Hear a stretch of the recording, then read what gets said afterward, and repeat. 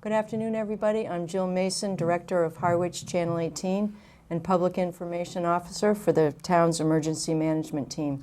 We're here to give you another update on the current situation with Hurricane Irene. I'm here with Lee Culver, who's the Director of the Harwich Emergency Management Team. So I'm just going to ask Lee. Lee, take it away and tell us where we stand. At 12:30 today, the Governor Deval Patrick issued a state of emergency for the entire state. I've asked Larry Ballantyne, Chairman of the Harwich Board of Selectmen, to issue a state of emergency for the town of Harwich. Hurricane Irene is going to impact the town of Harwich. We are anticipating that its impact will start being felt on Sunday morning. We are on the east side of the storm, which means that we're in for some heavy winds. The National Weather Bureau is telling us that we should be experiencing sustained winds of between 70 and 80, 85 mile an hour with hurricane gusts, which could put it up over 100 miles an hour. This is a huge, huge storm. The National Weather Bureau is telling us that on either side of the eye, the storm extends out for over 300 miles. Along with the heavy winds, we're also going to experience some type of storm surge. The Weather Bureau is not confident in telling us just how much of a surge at this point, but we are at a time in the month where we are experiencing astronomical high tides without a storm. So if you live in a low-lying area, which those areas south of Route 28, from West Harwich all the way to Pleasant Bay, or Lower County Road in the West Harwich area, please keep an eye on the weather. We could experience some type of storm surge. It could impact your property. I would ask you to think about whether you want to stay where you're at. As of 6 o'clock tomorrow evening, the regional shelter at the Cape Cod Regional Technical High School on Route 124 will be open and accepting people and pets. Understand you need to get out of wherever you're at, if you're going to leave, to go to the shelter Saturday. If you're thinking about going off Cape, you should be walking out the door right now and getting in your car, because traffic's already starting to build on Route 6. The shelter will be manned by the American Red Cross. There'll be food there. You should bring some form of ID. If you have any prescriptions that you need to take, you need to bring those with you. If you have to have a special diet, you should plan on bringing some of those things with you. If air conditioning bothers you, you might want to think about bringing a sweater and crossword puzzle books or anything like that to keep you busy. The shelter will remain open until at least Monday morning, depending upon the damage in town, power loss, and things like that.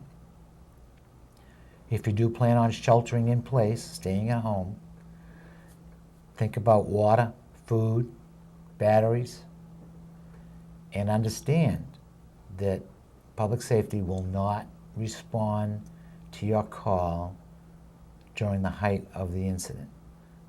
We can't afford to put a whole lot of lives in jeopardy, so we are going to respond as long as it's safe. But at some point in time, I'm going to have to pull all of our people off the road until the brunt of the storm passes by. If you have an emergency, please call 911, and we'll deal with each call as it comes in. Keep tuned to Channel 18. We will update you as soon and as quickly as possible as to what's going on.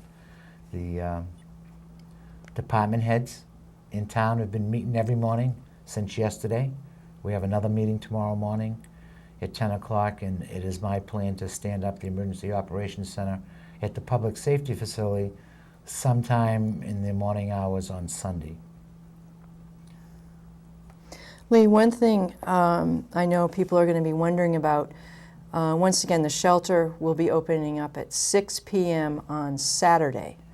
And if there are people, and there are several in town that we know of, residents who may need transportation, tell us about those arrangements that are being made. We have a couple options for people.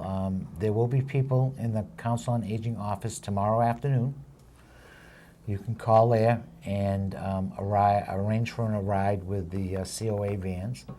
Or if you check the town's website or the emergency management website, which is attached to the community center website, you can call the Regional Transit Authority and they'll dispatch a bus and pick you up and take you to the shelter.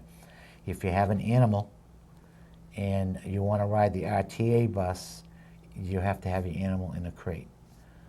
If you have an animal and you have no crate, you can ride the local COA bus that way, and obviously the people at our pet shelter have crates to put your animals in. And with animals, if they have medication or a special diet, a favorite toy and a blanket would help to ease the tension that animals go through on occasions like this. Lee, what does it mean when the governor declares an emergency? When the governor declares a state of emergency, what it basically does is cut through the red tape that we have to go through in order to procure supplies. It gives him the ability to call up the National Guard. At his press conference this afternoon, he noted that he hopes by tomorrow to have 2,000 National Guard people available for deployment wherever. It gives him the ability to put together assessment teams ahead of time so that once the event is past Massachusetts, we can get the assessment teams out into the cities and towns and assess the damages. Okay, and once again, I'm not sure if you mentioned the phone number, but if you do need transportation to the shelter and you're looking for the van that the Harwich Council on Aging has, the number to call on Saturday between the hours of 1 and 4 is 508-430-7551. And then the people will be taking your name and your address and arranging transportation for you. Lee, will you be giving us another update tomorrow? Yes. Yes, I will. I will. At some point in time, in the middle of everything we're doing, I will come on and we'll update you on where we're at. I ask that you not call public safety facility just for information. Please check Channel 18, listen to the radio, watch the TV as long as power and cable are up to get the information. And like I say, we will keep you updated here as to what's going on. Public safety is going to be overwhelmed with other issues, and we're going to try and keep their lines as clear as possible for the real emergencies. I also want to remind people that once again, here at the Harwich Community Center, and we will be open Saturday, our normal hours, we have lots of brochures. And in these brochures are many lists on things that you need to bring with you if you're going to go to the shelter, things that you need to bring if you're bringing your pet to the shelter. There are lists for staying at home, what you have to make sure you have on hand. So come and pick up these brochures. Ginny Hewitt, the director of Brooks Library, also has a large selection of emergency information available at the library. So there's another source.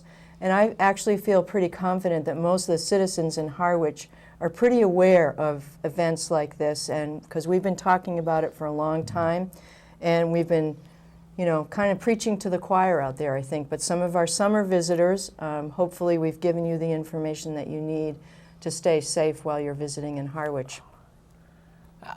We are going to close all public beaches in the town of Harwich on Sunday morning. They'll be barricaded, and we'll have lifeguards on duty to keep people out. I don't want anybody getting hurt going down to look at the surf, or worse yet, try to jump in. So we will be closing all town-operated beaches on Sunday morning. Okay, well, that's it for us for now.